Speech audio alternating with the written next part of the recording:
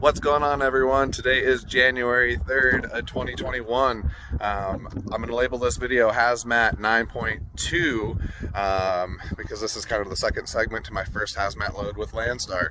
So the first video, quick rundown, I was doing the placard holders and getting the signage and everything ready for this load because I didn't have anything. Being a flatbed, you know, you have all your stake pockets and stuff. So in that other video, it shows you how I made, you know, out of 2x4s or whatever, and some OBS, the triangle placard holder. Got up there, come to find out, didn't need it. The RQ for this hazmat load, which was the reportable quantity, was below 119 gallons. For transit, there's only 39 gallons of washout water basically in here. It's still contaminated, still considered hazmat. We didn't have a certification of purge, so still hazmat load. Anyhow, 39 gallons of water in there. So come to find out, if it's underneath 119, the tank itself just needs to have the placarding. Okay, this is 119 category 3 flammable. Anyway, so all the work after I got, you know, this loaded up was going over with the hazmat team. You know, they have a number with Landstar you call in. The department, man, is something else. Super helpful.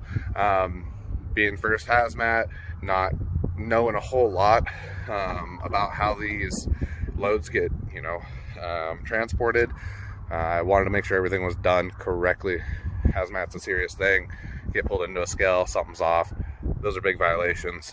Don't want that. So, the hazmat team over there, super good job. We went through the SDS, found out that, yeah, the trailer didn't need placarding, only the tank did.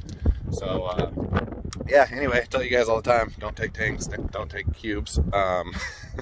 This one went from Ferndale, Washington, from a refinery up there, back to the place where they rented it from out here in Odessa, Texas. I'm currently in Seminole, Texas, about 65 miles, 62 miles, something like that roughly, north of Odessa. So tomorrow this load will get dropped. I'm trying to knock out my 34-hour reset, get this thing dropped off by, I'm thinking probably around noon tomorrow, 1 o'clock, and then I'm staying out for a month. So I want to give you guys real world numbers. It's going to be a little off. So, you know, we don't know what's going to happen this month as far as the election stuff, what may come of that. We are really hoping that the, you know, economy stays going, stays open. Trucking, you know, looking better than ever, especially this time of year. Still a lot of loads from last year that didn't get covered. They got thrown on for this year.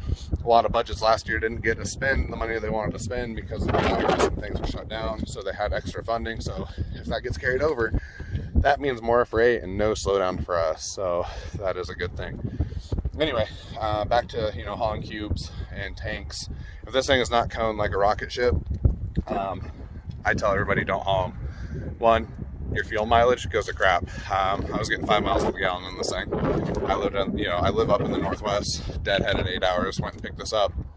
And, you know, as you can see, the, it's 8 foot tall, 8 foot wide, and 20 foot long. Only weighs 7,600 pounds, right? But behind the truck, this thing is a giant parachute. So to stay away from that stuff, good rule of thumb, you can do 4 foot high, you know, if it's tarp or whatever, anything that will provide aerodynamics saves your fuel mileage. You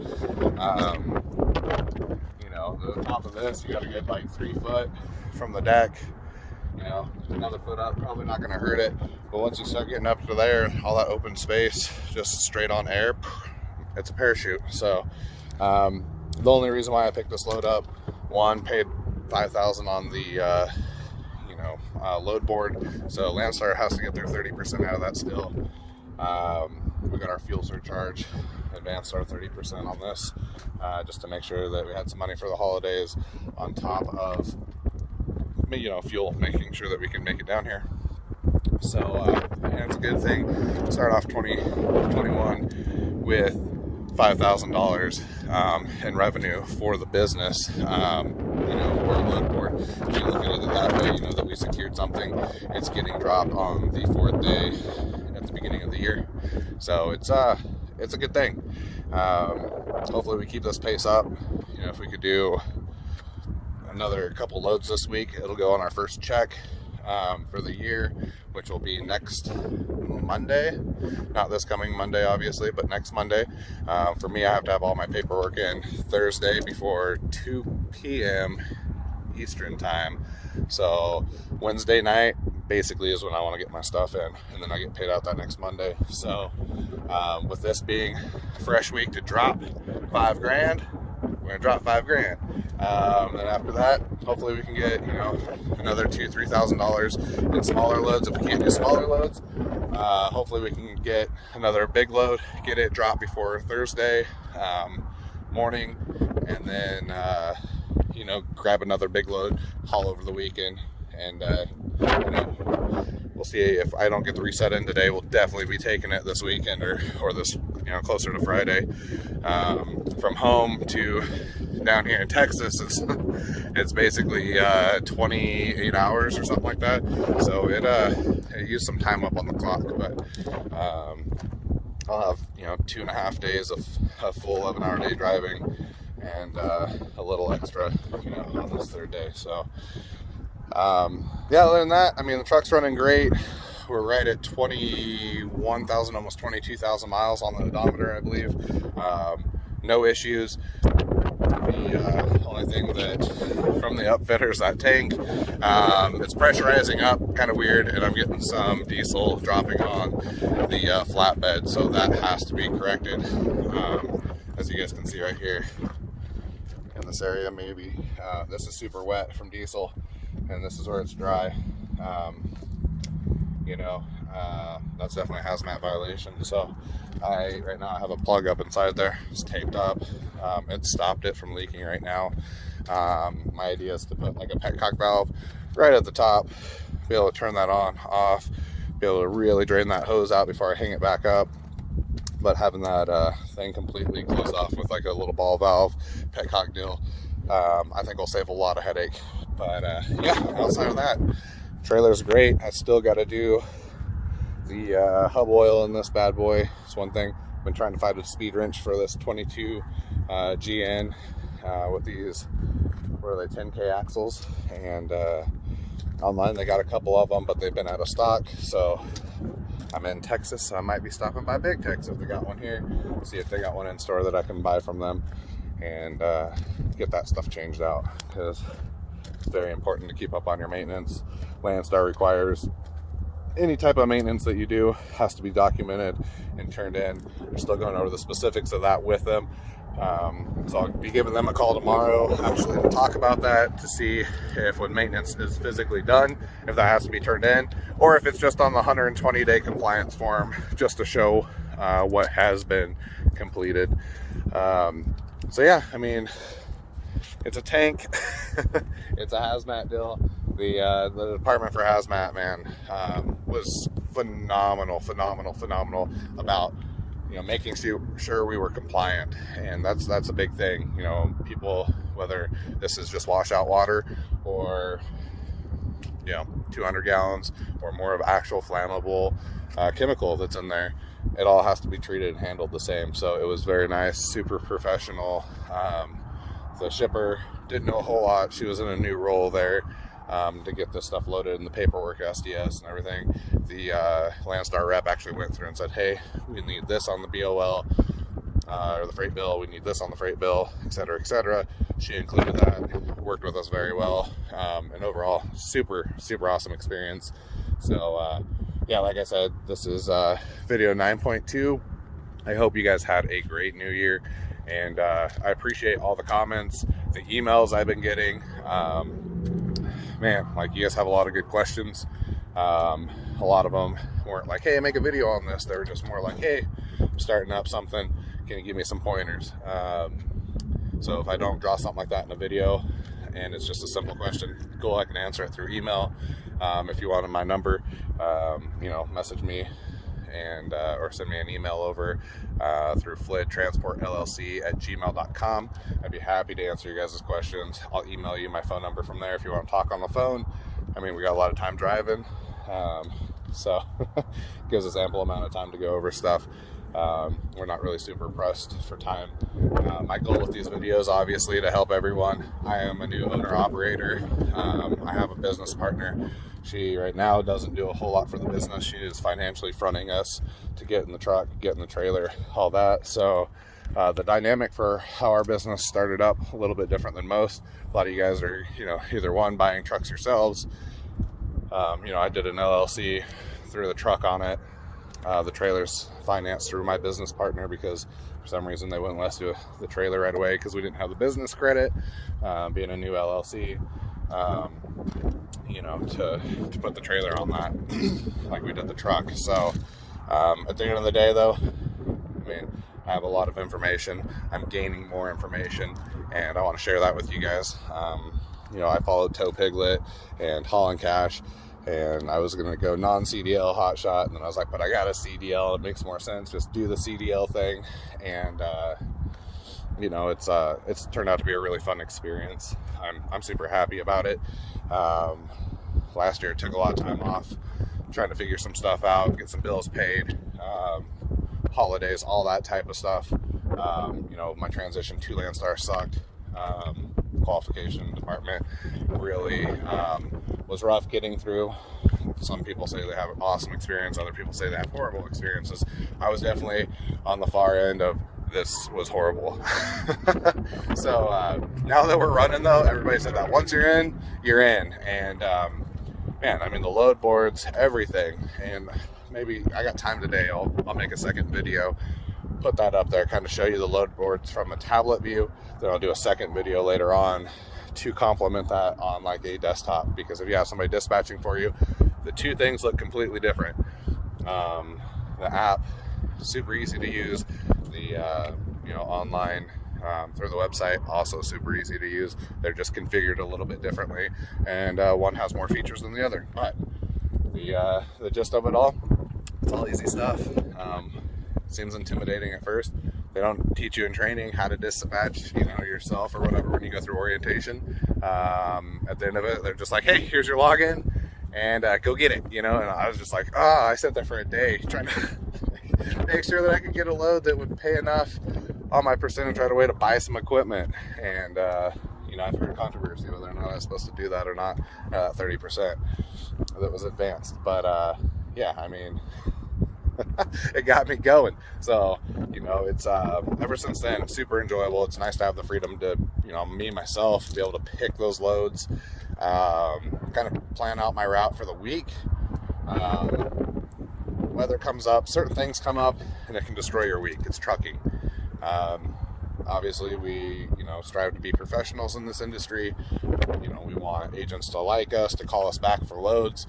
I can't tell you how many times, this is only like my 7th or 8th load maybe with Landstar, and I've had previous agents call me back and like, hey, we know you're in the area, does this load sound good? If not, no worries, I'm not offended, I'll call you back for another load if this one isn't your cup of tea. So it's just a crazy cool experience. I'm enjoying it so much more than being an operator for somebody else, a company driver or whatever. Being my own owner operator, so much freedom.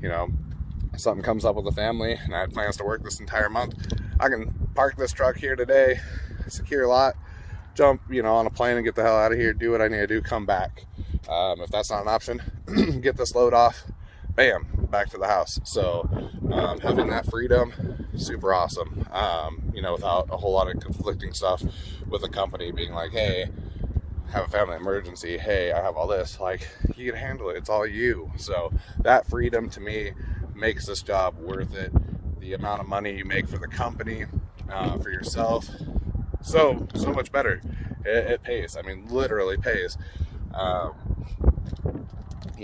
super thankful that Landstar, I qualified, that they gave us a shot. And this process is just the small stepping stone. We're planning on still developing a fleet this year. Our mile marker is we're going to get money in the bank. We're going to be bringing on my friend Ryan. He's going to want to come over and run flatbed for us for a while, and he might branch out and become his own BCO. But from the company he's at right now, I'm able to pay him twice as much. you know, than what he was making at the company where he was at. And it's a friend. I'm helping somebody out. I can trust him. I've known this guy now for 8-9 years. So, you know, it might be something else that we turn out, that we get a couple more hot shots, get a couple more big rigs. My end game, I want to be in a big rig for a few years, hire a couple people to do some hot shot work for us. And like I said, you know, we're able to pay better than any of these companies out here, you know, as a company driver. And I think a lot of people value that, but it's just amazing where you can go with Landstar. You know, if you just want to be solo, do your own thing, have one truck, cool. If you want to build a franchise, you know, you can do that too. You know, become a fleet, have people work for you, and you know, be able to provide that. I've always been that company aspect kind of guy. I want to provide something for other people that's a good living. They're happy to come to work, enjoyable. I mean, there's going to be things that we don't like about any job we take, but at least it's not a place where you hate where you go, you hate your boss, all that stuff. I love to get to know people on a personal level, be able to be like, hey, got a flat tire? No problem, we get you taken care of. Or send a truck out, instead of being like, got to limp it somewhere, oh, why didn't you bring your tools, or oh, make it, you know, the driver's fault. It's a horrible atmosphere when you do stuff like that. So anyway, that's a whole nother go on a tangent. But yeah, like I said, this is Hazmat 9.2. Appreciate everybody that's liked, followed, subscribed, emailed, messaged me over YouTube, all that stuff. Great questions, guys and gals. If there's anything I can do to help you achieve the goals that you want with knowledge, come at me. If I don't know it, I'll find somebody that has been out here in the game doing it longer, that can provide better information. I can seek that for you or point you into the direction. There's a few guys that have other YouTube channels that I follow. Like I said, Toe Piglet, Paul and Cash, all those guys, super awesome, respectable dudes, and you know, business owners and everything. So like I said, if you can't get the information here, you can check them out, or I can reference, you know, maybe one of their videos or something over to you. And you know, let's get you guys out there on the road making money. That's what it's all about. Provide, you know, that independence, that freedom away from working for somebody else that's not an enjoyable atmosphere. You guys can do this. Don't ever think that you can't do it. Times might be hard. You might have to crunch things. You might have to eat ramen damn near.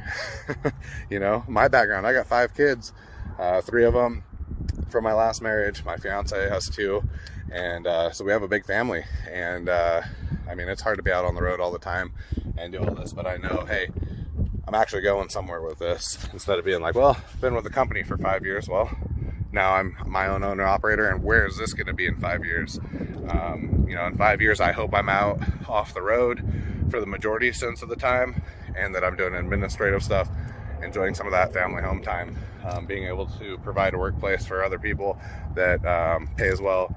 If they have the dedication and want to be out on the road, want to go explore, cool, got a job for you, you know? So anyway, appreciate your guys' support. Definitely, if you have friends, send them my way. You know, YouTube's getting me close on, it looks like, time watched. I'm almost at like 2,500 hours or something like that.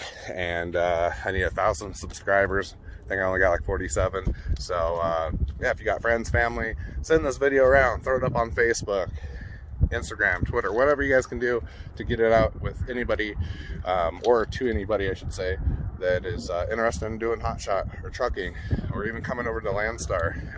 You know, this thing is a huge dynamic, and we branch out in a lot of different ways. So thank you so much for your support and love, and hope 2021 is better for all of us. So stay tuned, and I'll get you guys a load board video here shortly.